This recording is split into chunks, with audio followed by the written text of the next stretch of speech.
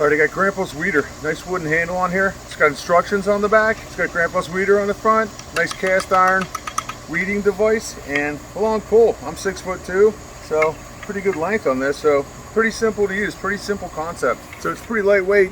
It has the cast iron part, gives you the weight on the end of it, which is awesome for shoving it into the ground. Also, it has a hook on it.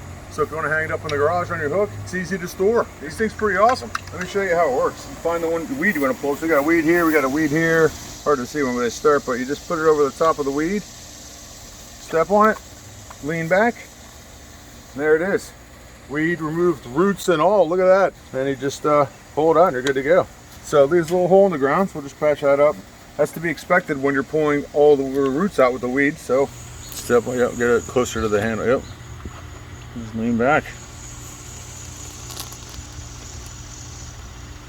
Let me see that. Let me see the roots. Wow. I did a pretty good job. Look at that, roots and all. Very cool. So you just put it in the ground, step it in there, pull it back, pulls it out, weeds and all. Look at that, easy. No big deal. Easy, lean back, done. Look at that.